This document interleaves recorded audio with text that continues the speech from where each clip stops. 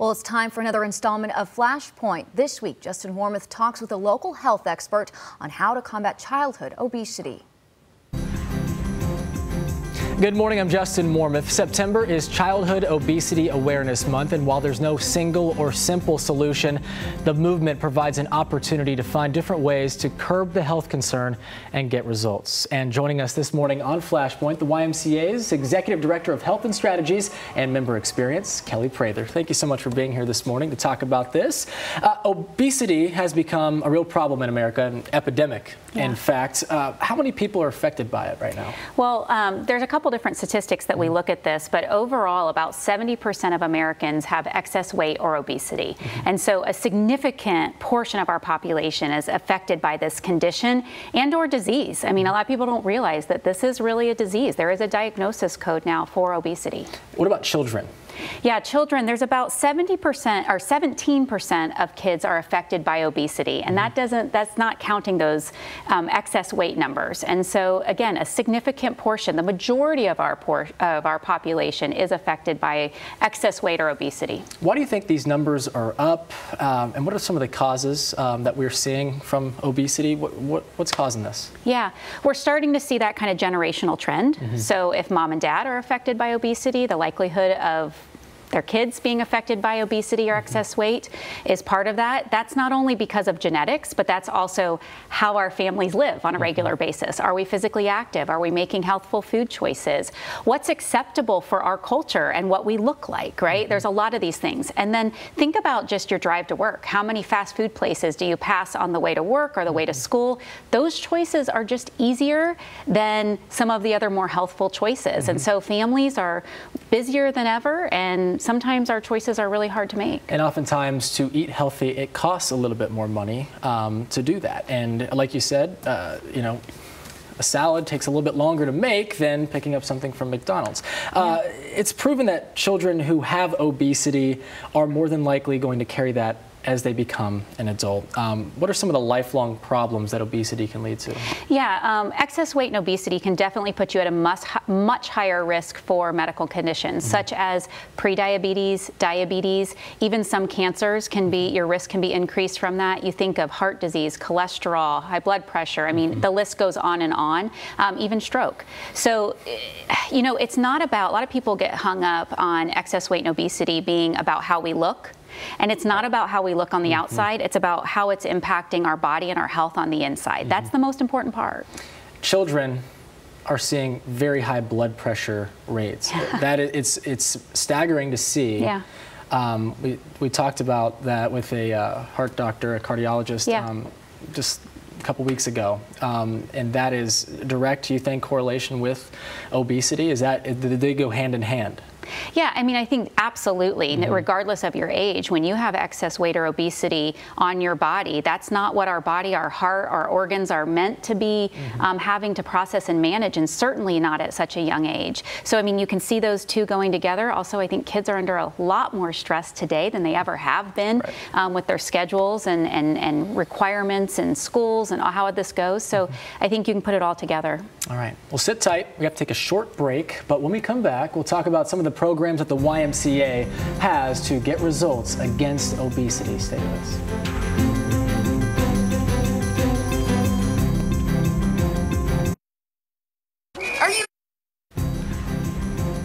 Welcome back to Flashpoint. This morning, Kelly Prather from the YMCA is joining us, talking about the topic of childhood obesity, an epidemic in America. So, Kelly, besides health problems, what are some of the other obstacles these children who have obesity are facing? You know, just like adults, children are really affected by weight bias. And so this comes up when you look at how you know, we judge children or we judge their parents as to why they might be affected by obesity, and that kind of sometimes leads to bullying.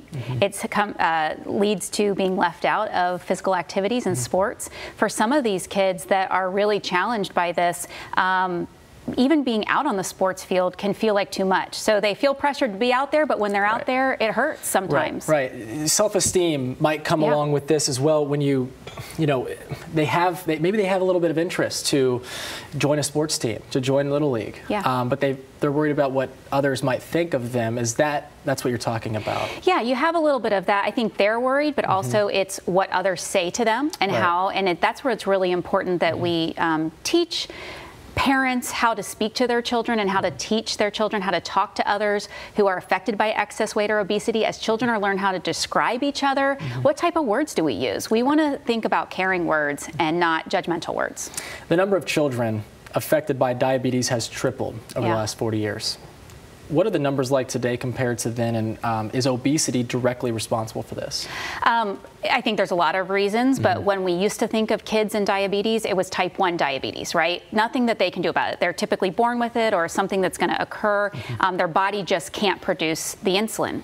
Now we are seeing children that are affected by type 2 diabetes. That means that their body is not able to use the insulin that it does produce because of their excess weight. And that used to be called adult onset diabetes. And now we're seeing kids as young as 7, 8, 9 affected by pre-diabetes or diabetes. And there really are, it's lifestyle is really the biggest thing impacting that condition. Let's talk about Central Florida as a whole. Are there certain cities or counties in Central Florida that have higher or a lower level of childhood obesity? You know, definitely your socioeconomic status. We see certain cultures that can be affected more. And a lot of that is about health equity and access and what that looks like. But overall, we can't think about the fact that one of us is more at risk than the other. Really, we see this across populations.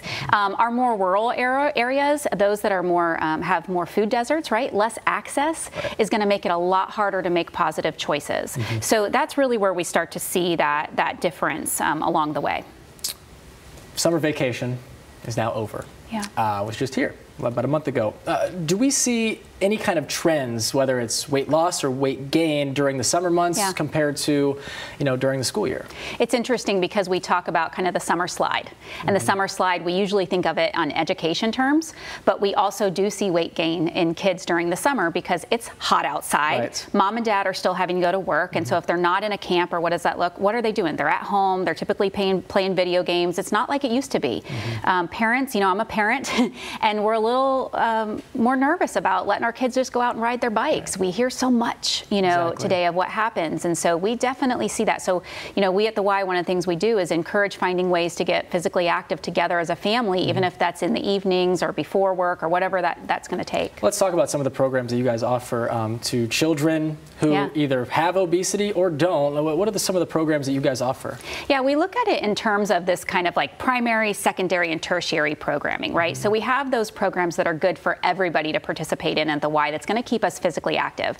Kids should try to get 60 minutes of physical activity a day, right? Minimum.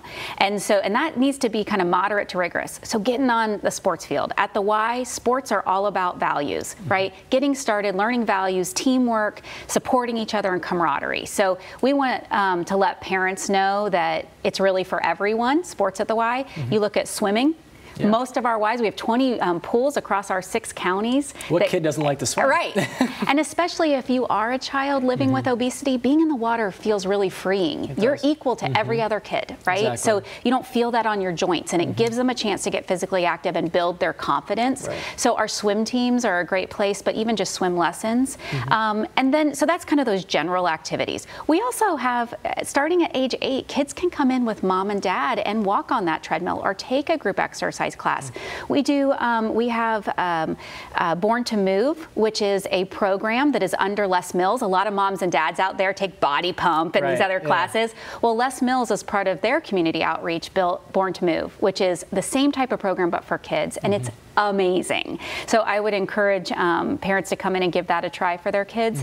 But then if you do have a child that is living with obesity, so that's 95th percentile or higher of BMI, we do a program called Healthy Weight and Your Child. And this is for that child and their family to participate in an actual structured evidence-based program to help them hopefully build in healthier habits and eventually reduce their BMI. Nutritional Nutrition's huge. I mean, it's if not the most important thing. Obviously, getting out and being active, and I think swimming is a great thing to do. That is such a great activity because, you know, often kids are swimming and not realizing that they're burning so many calories and working out at the same time and sweating in the pool. Absolutely. You know? So what are some of the simple, better choices that parents can make every day as far as nutrition comes?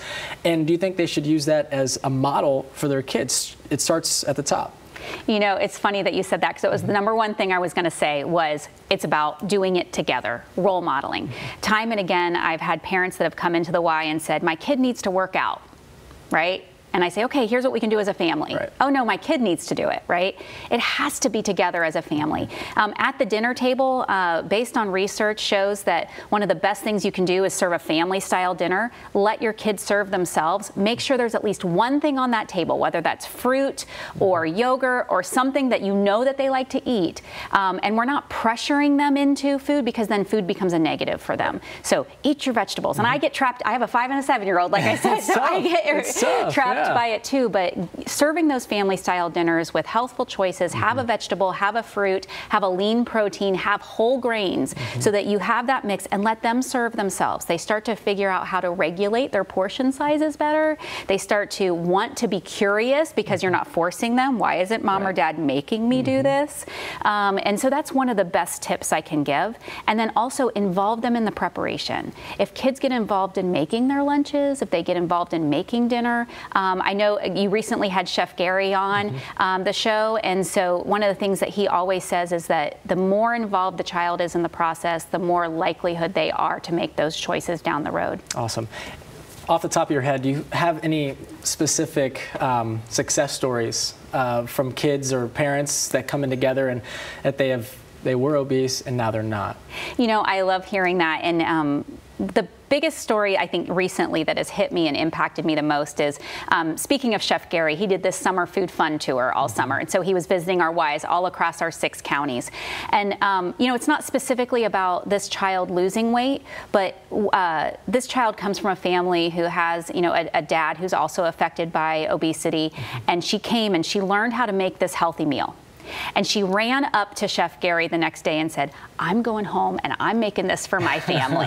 And her dad came and told me and said, I want to let you know that she came in and she made dinner for the family, and she transferred that knowledge and she put it into place. So whatever it was that we did that Chef Gary got her excited about, she did it. So education isn't what it's all about, but it's about actually getting a child or a family to want to make that change and be excited about it. Awesome. There's so many things that you guys are doing that they're awesome. Thank you. To help out with this.